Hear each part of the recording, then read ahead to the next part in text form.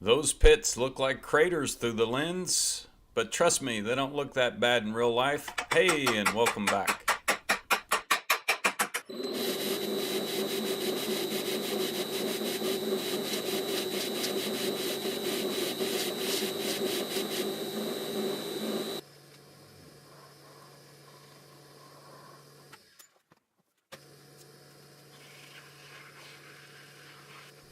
I wish I could see the process of how these handles were made. I chucked it in the collet several times trying to get it to run out better than that, and the shoulder appears to be square up to the collet and everything appeared to be nice and even, but as you can see it's really wobbly and that makes it difficult to get it smoothed back out, but hey, it is what it is.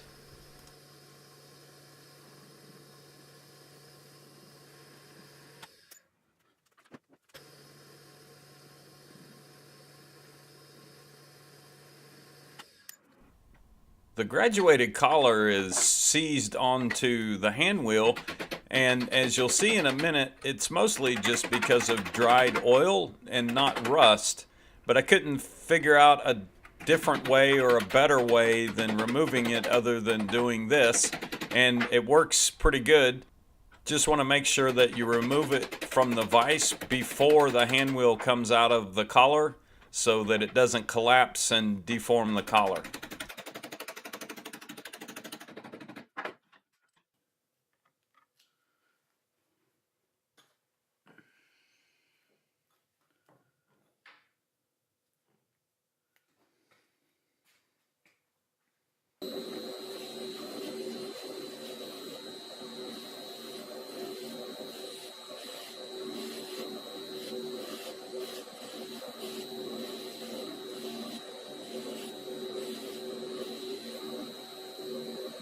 This is the cross slide hand wheel mount flange, and I'm trying to be very careful here buffing it because I want to keep the original paint.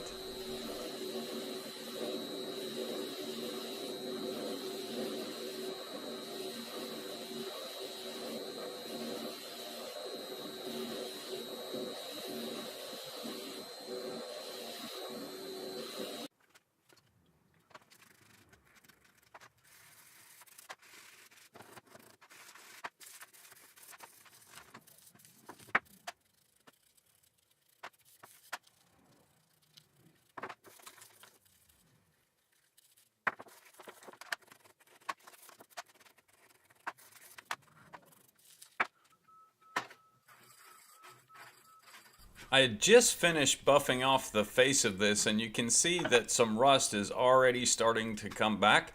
That's why I like to wait a day or two at least before I reassemble anything so I can catch any of that. This lathe comes with a threading stop, and reading straight from the Rockwell manual, it says, "This exclusive built-in threading stop enables you to cut threads faster, and the chance of error is minimized." And if you'd like to know more, you can read about it on page 11. And after losing the micro-sized clip that holds that boomerang-shaped stop on, well, the third time was the charm, and I actually did lose it. So I had to go dig in the pile and find one. When the threading stop is engaged, the boomerang-shaped piece engages the roll pin in the back of the hand wheel.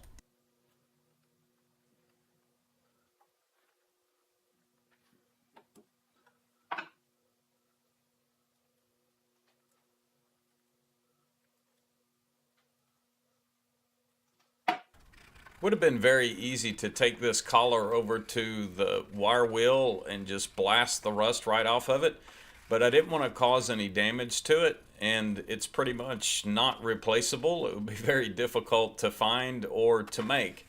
So as a result, I spent about 40 minutes doing this.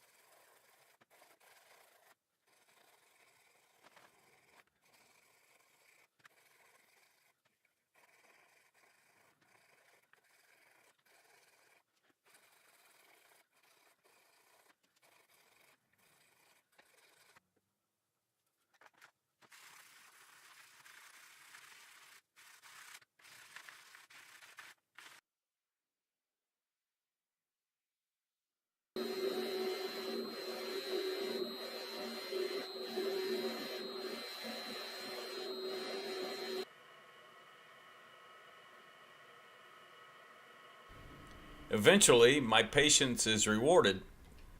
The lock for the graduated collar is pretty cool. It's a half moon shaped piece and the screw has a point on the end of it, and whenever you tighten it, it just pushes the wedge out and it locks the collar down pretty hard. There's no slipping.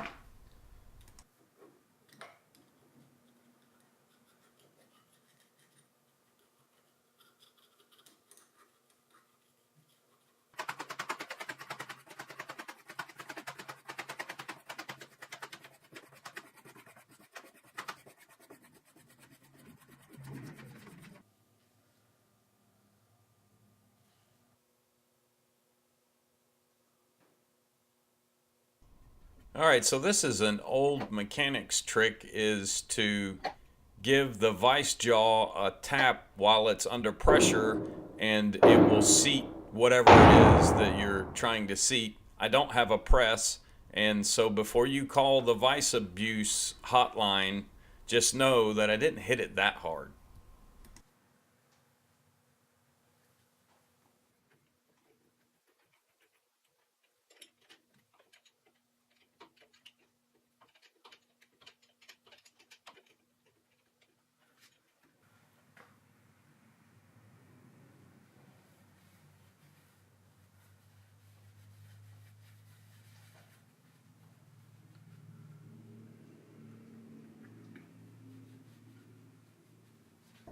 This key is a little loose in the slot, so it doesn't want to stay put, and it takes me a couple of times to figure out that I need to do something different.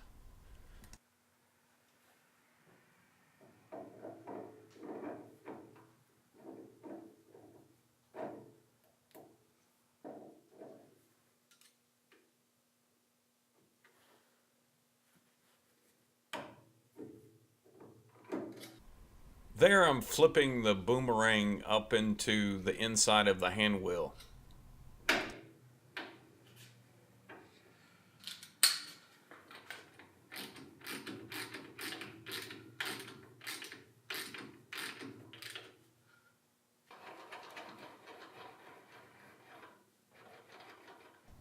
And you don't have to actually hold the threading stop for it to work. It will stay put all on its own. I'm just messing around with it.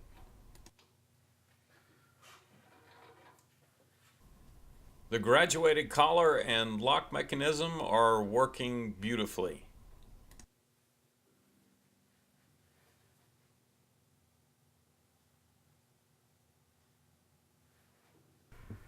The compound is not seized, but it's definitely seen better days.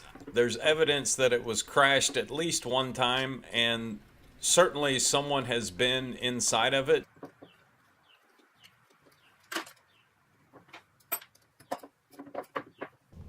And if you get in a hurry and you pull a bonehead move like stripping out the head of an Allen set screw, well, there is reprieve if you get a slightly oversized Torx bit and hammer it home, it'll come out.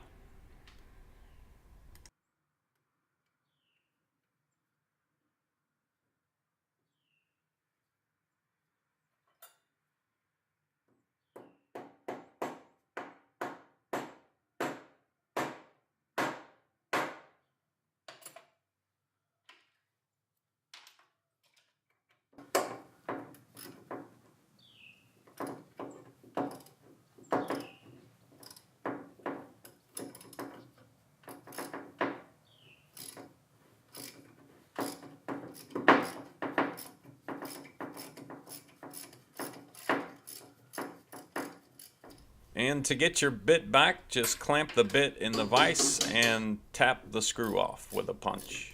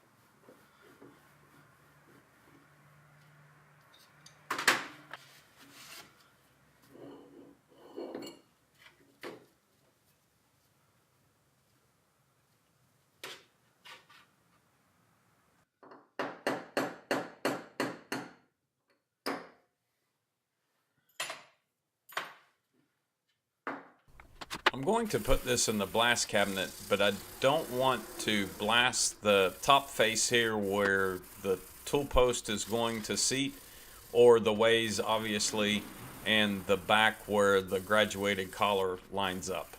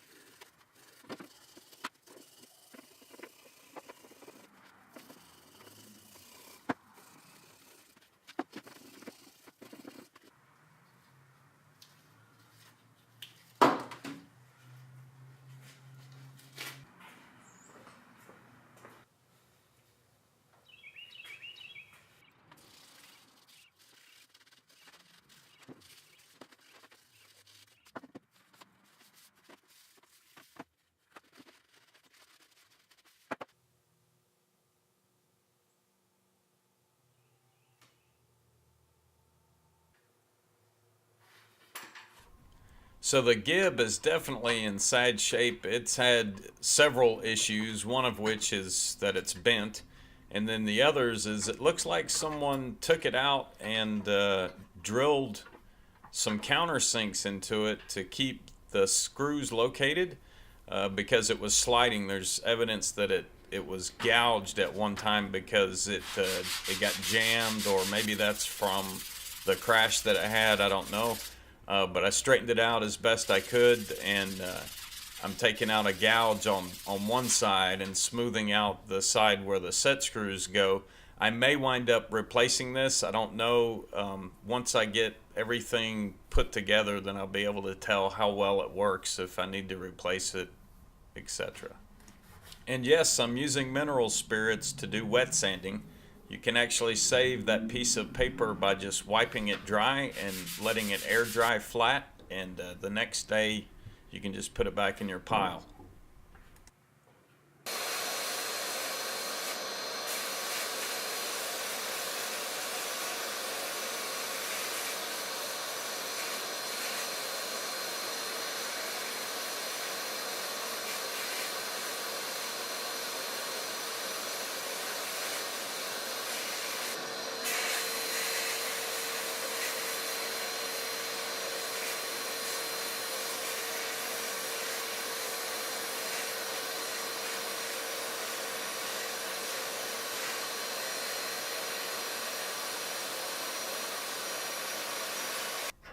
This lathe didn't come with a tool post. I'm still searching for one.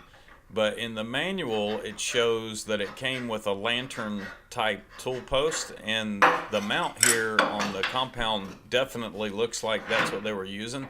It's really chewed up, but fortunately it's not broke out too bad. Once I get a proper tool post mounted in there, it should be fine. And here I'm just doing some light deburring to clean up those chewed bits. I don't want to paint that curved bit there above the tool post mount, so I did some creative taping here where I put the tape down and then I doubled it back and then put a little piece of tape to hold that. And normally I would use a razor blade to do this, but that worked out really well. You can see I got a very crisp, clean line and absolutely no bleed.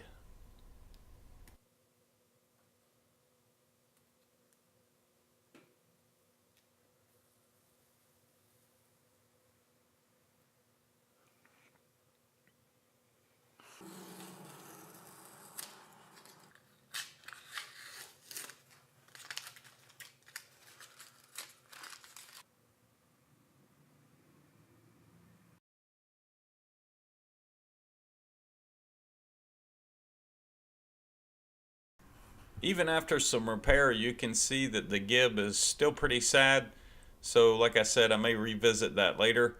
And the set screws that were in the compound were 1/4 20 by half, which is what the manual says is supposed to be there, but they're way too short.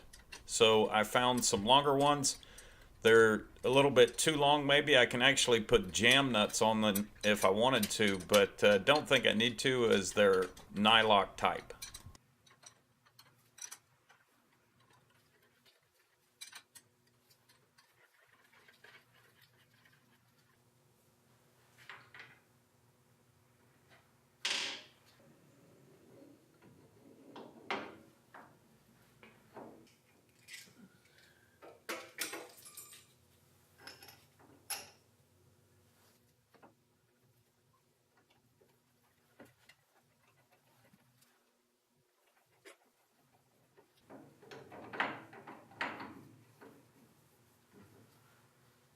There are some in-play adjustment shims that go between this plate and the end of the shaft, and you'll see in a moment that that needs to be corrected. I have to dig out my shims. I've got them somewhere. I got to find them and get it sorted out.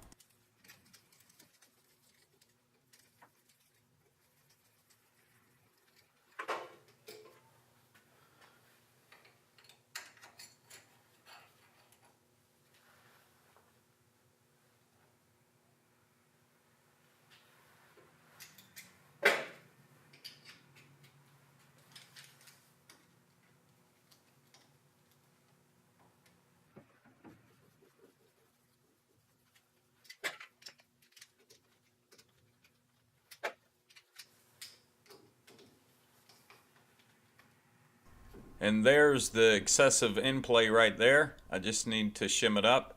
And the screw itself seems to be very tight into the nut. There doesn't seem to be a whole lot of backlash there. I'll be able to tell better once I get it completely assembled. Next time we'll discuss the results of my not so scientific experiment. Hey, thanks for watching.